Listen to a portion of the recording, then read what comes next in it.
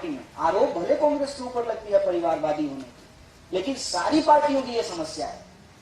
आप मुझे बता दीजिए कि अगर कांग्रेस परिवारवादी पार्टी है तो इस देश में कौन सी ऐसी पार्टी है जो परिवारवादी नहीं है?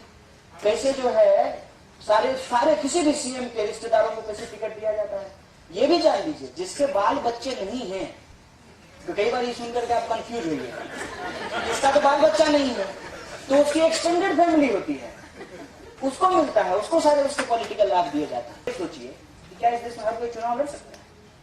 आपको मुंबई में आप रहते हैं, आप बहुत बोले ना प्राउडली कि मैं मुंबई कर हूं, मुझे दिल्ली नहीं चाहिए, लेकिन दिल्ली और मुंबई का ये फर्क कौन करेगा?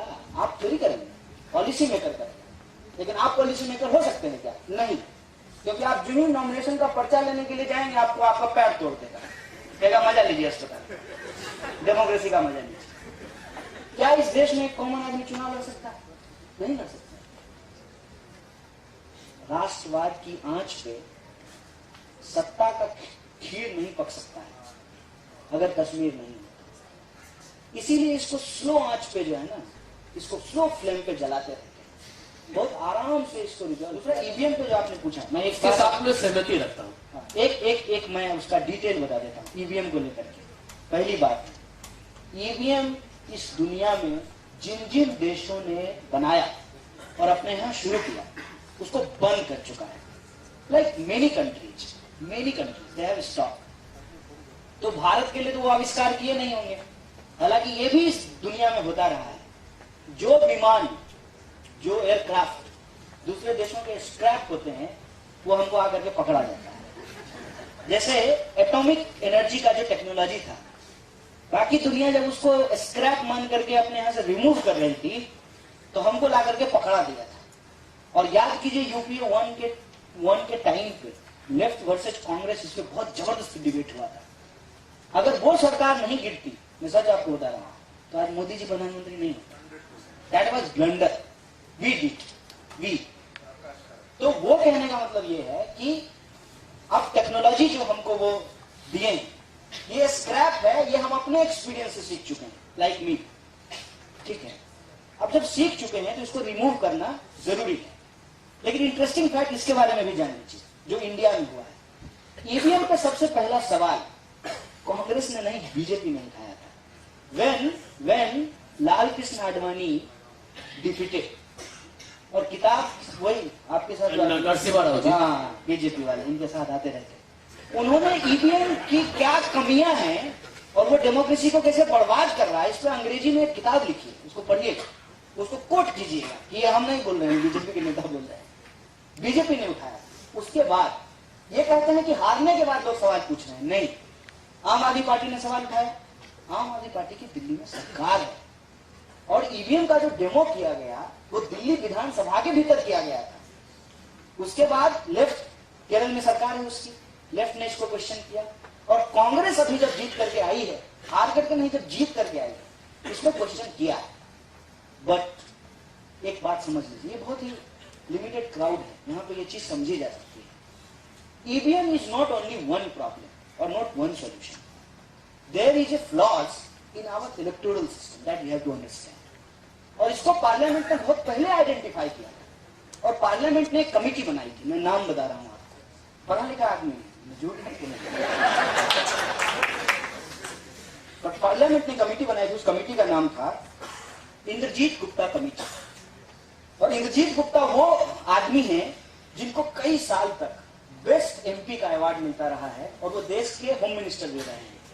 इंद्रजीत गुप्ता की कमेटी ने कहा कि first past the post system को बदलना चाहिए, क्योंकि क्या करता है कि हमारे देश में मेजोरिटी वोट को कोई रिप्रेजेंटेशन ही नहीं देने देता है। लाइक फॉर एग्जाम्पल, फिर मैं आपको एग्जाम्पल दे रहा हूं, 31% में 283 की सरकार बना ली, 69% वालों के विपक्ष का नेता नहीं मिला, लीडर ऑफ अपोजिशन नहीं है हिंदुस्तान के इतिहास में। इसको आप ऐसे समझिए कि ये कैसे काम करता है। बीएसपी को मान लीजिए 5% देता है, 500 सीट्स हैं फॉर एग्जाम्पल, तो इस हिसाब से उसके 25 एमपीज होना चाहिए, लेकिन उसके 0 होते हैं। लेकिन अगर 31% किसी को वोट मिला है तो उसको जो है उस हिसाब से 180 सीट मिलना चाहिए, लेकिन उसको 280 सीट मिलता है। और ये आपको ये भी देखिए कि अभी जो मध्य प्रदेश का इलेक्शन हुआ है, यहाँ कांग्रेस को भी समझिए, हम मैंने किसी पार्टी के बारे में नहीं बात कर रहे, सिस्टम की बात कर रहे हैं।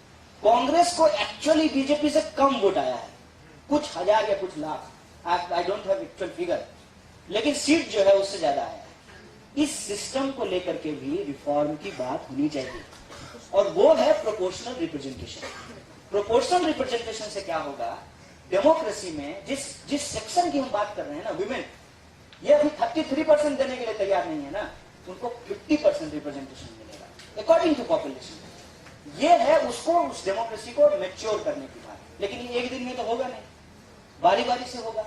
तो पहले ईवीएम हटे, ठीक है, कम से कम जो वोट पड़ रहा है उसका सही काउंटिंग हो, और साथ ही साथ इस तरह के रिफॉर्म हो इलेक्टोरल सिस्टम में। एक तो प्रोपोर्शनल रिप्रेजेंटेशन है, दूसरा इनर पार्टी डेमोक्रेसी पे बिल्कुल बात नहीं होती है।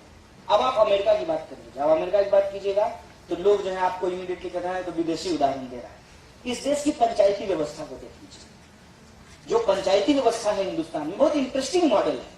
पंचायती व्यवस्था में हर साल क्या होता है कि सीट रिजर्व और अनरिजर्व होते रहता है, और मेल और फीमेल होते रहता है, ऑटोमेटिक होते रहता है। तो हर एक सोसाइटी का रिप्रेजेंटेशन होता है, ये हमारा भी सिस्टम है।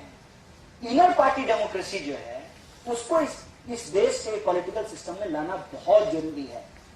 नहीं तो हर पार्टी में आरोप भले कांग्रेस के ऊपर लगती है परिवारवादी होने की, लेकिन सारी पार्टियों की यह समस्या है। आप मुझे बता दीजिए कि अगर कांग्रेस परिवारवादी पार्टी है तो इस देश में कौन सी ऐसी पार्टी है जो परिवारवादी नहीं है? कैसे जो है सारे किसी भी सीएम के रिश्तेदारों को कैसे टिकट दिया जाता है, ये भी जान लीजिए। जिसके बाल बच्चे नहीं हैं, तो कई बार ये सुनकर के आप कंफ्यूज होइए, जिसका तो बाल बच्चा नहीं है तो उसकी एक्सटेंडेड फैमिली होती है, उसको मिलता है, उसको सारे उसके पॉलिटिकल लाभ दिए जाता है। लेकिन इनर पार्टी डेमोक्रेसी को जब आप इंप्लीमेंट कीजिएगा तो किसी भी पार्टी में वन मैनशिप नहीं चलेगा, उसका एक इंटरनल सिस्टम होगा। और तीसरा इंपॉर्टेंट जो होना चाहिए इलेक्टोरल रिफॉर्म के भीतर, वो है फंडिंग।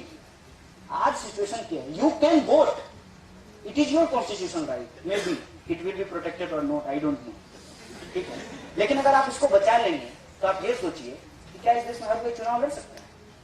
आपको मुंबई में आप रहते हैं, आप बहुत बोले ना प्राउडली कि मैं मुंबईकर हूँ, मुझे दिल्ली नहीं चाहिए, लेकिन दिल्ली और मुंबई का ये फर्क कौन करेगा? आप थोड़ी करेंगे, पॉलिसी मेकर करेंगे। लेकिन आप पॉलिसी मेकर हो सकते हैं क्या? नहीं, क्योंकि आप जो ही नॉमिनेशन का पर्चा लेने के लिए जाएंगे आपको आपका पैर तोड़ देगा, कहेगा मजा लीजिए अस्पताल, डेमोक्रेसी का मजा लीजिए। क्या इस देश में कॉमन आदमी चुनाव लड़ सकता है? नहीं लड़ सकता। आज जैसे आप उनको पूछ लिए कि चुनाव लड़िएगा कि नहीं लड़िएगा, सोचिए चुनाव लड़ने के लिए क्या क्या झेलना पड़ा है। देशद्रोही होइए, जेल जाइए, मार खाइए, गाली सुनिए, तब ऐसे लग रहा है जैसे कुछ मिल रहा है। नहीं चाहिए, नहीं चाहिए ये खैरात, क्यों चाहिए? ये राइट है हमारा।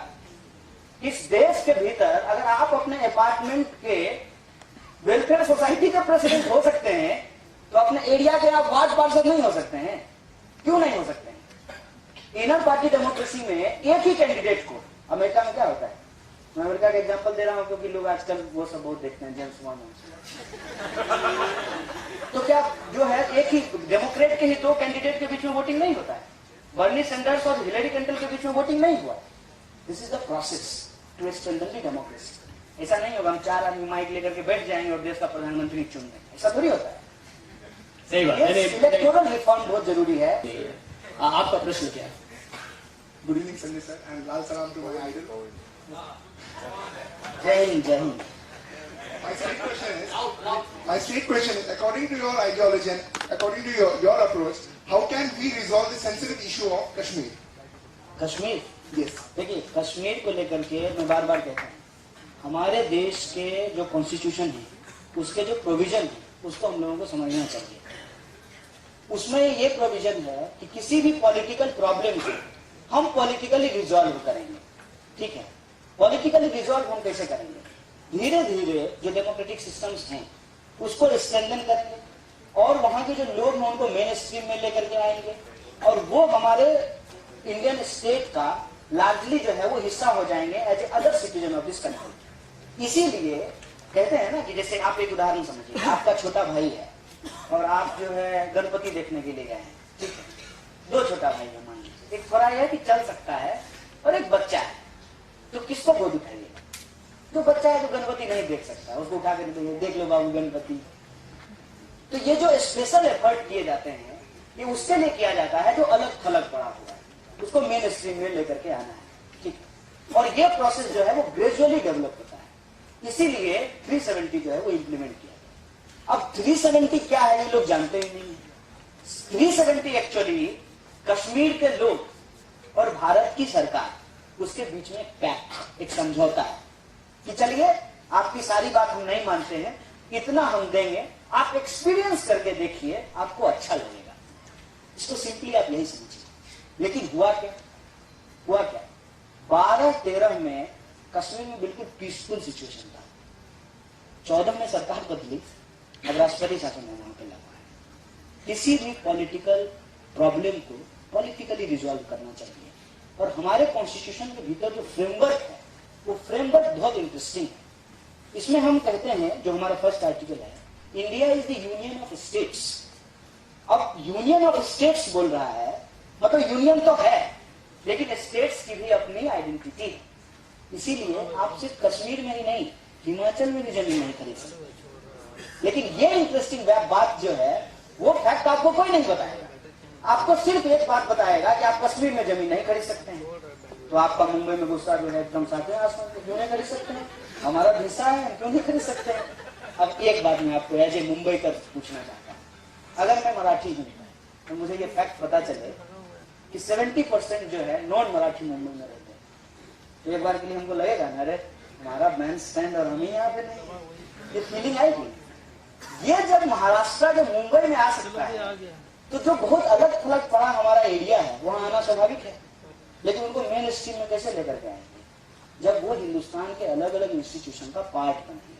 तो मैं आपको बता दूं कि सेंट्रल यूनिवर्सिटी में कश्मीरियों के लिए 5% रिजर्वेशन की व्यवस्था की है। तो वो जब वहां से आकर के यहाँ पढ़ने के लिए आएंगे तो वो मेन स्ट्रीम में आएंगे। लेकिन यहाँ यदि हिंदुस्तान पाकिस्तान के मैच में कश्मीरी को मार करके कहें कि बजा ताली, ताली काहे नहीं बजा रहा है, तुमको खुशी नहीं हो रही है, अच्छा बताओ तुम्हारा फेवरेट प्लेयर कौन है? ये बात एज ए बिहारी मुझे आज तक कोई नहीं पूछा। मेरा नाम कन्हैया, हमको कोई नहीं पूछा है कि तुमको शाहिद अफरीदी अच्छा लगता है कि सचिन तेंदुलकर। ये बात किसी एक कश्मीरी या किसी एक मुसलमान को क्यों पूछा जाता है? क्यों उसी से हम प्रमाण पत्र मांगते हैं? तो हम जो ये प्रपोजल लेके आए हैं कॉन्स्टिट्यूशनली, उनको मेन स्ट्रीम में लेके आएंगे, उस प्रपोजल को हम ही रिजेक्ट करते हैं। मतलब शादी का समझौता है और समझौता हम ही जो है तलाक तलाक तलाक करते हैं। कश्मीर के प्रॉब्लम को पीसफुल जो बातचीत है, पॉलिटिकल प्रॉब्लम को पॉलिटिकली रिजॉल्व किया जा सकता है। सिंपली जो एक फियर है, अब आपको मालूम होना चाहिए कि कोई भी पार्टी जो इस तरीके के सेक्टेरियन पॉलिटिक्स करके इमर्ज करती है वो तो हेटरेट पे करती है, और बदले में अगर हेटरेट मिलेगा तो वो बढ़ेगा, बदले में अगर हेटरेट नहीं मिलेगा तो वो घटेगा। हिंदुस्तान के बाकी हिस्सों में अगर उसको लगेगा कि हम उतना ही प्यार करते हैं कश्मीरियों से भी जितना प्यार हम कन्याकुमारी के लोगों से करते हैं, तो वो मेन स्ट्रीम होंगे। लेकिन अगर उनको दूसरा व्यवहार लगेगा तो वो मेन स्ट्रीम नहीं होंगे। और इसमें मैं आपको ये बता दूं कि आर्मी को सरकार अपनी राजनीतिक फायदे के लिए इस्तेमाल करती है। इंटरेस्टिंग बात मैं आपको बताता हूं कि जो लोग वहां काम कर रहे हैं, आर्मी के लोग, वो किस परिस्थिति में काम कर रहे हैं इसकी चर्चा बिल्कुल नहीं होती। वो जो वहां झेलते हैं उसकी चर्चा बिल्कुल नहीं होती। लेकिन सरकार के खिलाफ जो गुस्सा है उसको झेलने के लिए वो पुलिस को आगे करते हैं। तो हम लोग दिल्ली में एक नारा लगाते थे, ये अंदर की बात है, पुलिस हमारे साथ है। ये नारा खूब लगाते थे कि आपसे हमारी लड़ाई नहीं है। ये बात आप समझिए, कश्मीर के जो कॉमन लोग हैं वो अलगाववादी नहीं है। उन लोगों को अपने साथ जोड़ना यही उसका एक सोल्यूशन हो सकता है। प्रॉब्लम ये है कि ये प्रॉब्लम रिजॉल्व हो जाएगा, इसको भी समझ लीजिए कि क्यों नहीं रिजॉल्व होता है। राष्ट्रवाद की आंच पे सत्ता का खीर नहीं पक सकता है अगर कश्मीर नहीं होता। इसीलिए इसको स्लो आंच पे जो है ना, इसको स्लो फ्लेम पे जलाते रहते हैं, बहुत आराम से इसको रिजॉल्व किया जा सकता है। और यहां मैं पिछली जो सरकार थी यूपीए की, उसको मैं अप्रिशिएट करता हूँ। हमारा दोस्ती और दुश्मनी बराबर एकदम इशू पे है, इसलिए कि वो पीसफुल सिचुएशन था। और बाहर के लोग बड़ी संख्या में जब टूरिस्ट बन करके श्रीनगर गए, उनको पता चला कि कॉमन कश्मीरी जो है बहुत वेलकमिंग होते हैं। आपको घर में बिठाएंगे, खाना खिलाएंगे, आपसे बात करेंगे और आपसे क्लियर कट जो है ना एक डिमार्केशन करेंगे कि आप भारतीय आम लोग हैं, ये जो है भारत की आर्मी है, इससे आपको दिक्कत है। इस तरीके का डिमार्केशन करेंगे। अब ये काम जो है, जो लोग ड्रेस में है वो तो नहीं कर सकते हैं, लेकिन इस देश के प्रोफेसर, इस देश के सिविल सोसाइटी ग्रुप के लोग, इस देश के जज, इस देश के आम कार्यकर्ता, महिला में काम करने वाली, दलित में काम करने वाली, ये सब लोग अगर कश्मीर जाएंगे तो वो मेन स्ट्रीम में उनको लाया जा सकता है। This is the solution, this is the peaceful solution. क्योंकि हमारा मानना है, वो साफ साफ मानना है, किसी भी क्षेत्र में यदि अशांति हो, अगर पीस डिस्टर्ब हुआ हो, तो पीस डिस्टर्ब हुआ है ना, तो पीस ही इम्प्लीमेंट करना जरूरी है ना। Thank you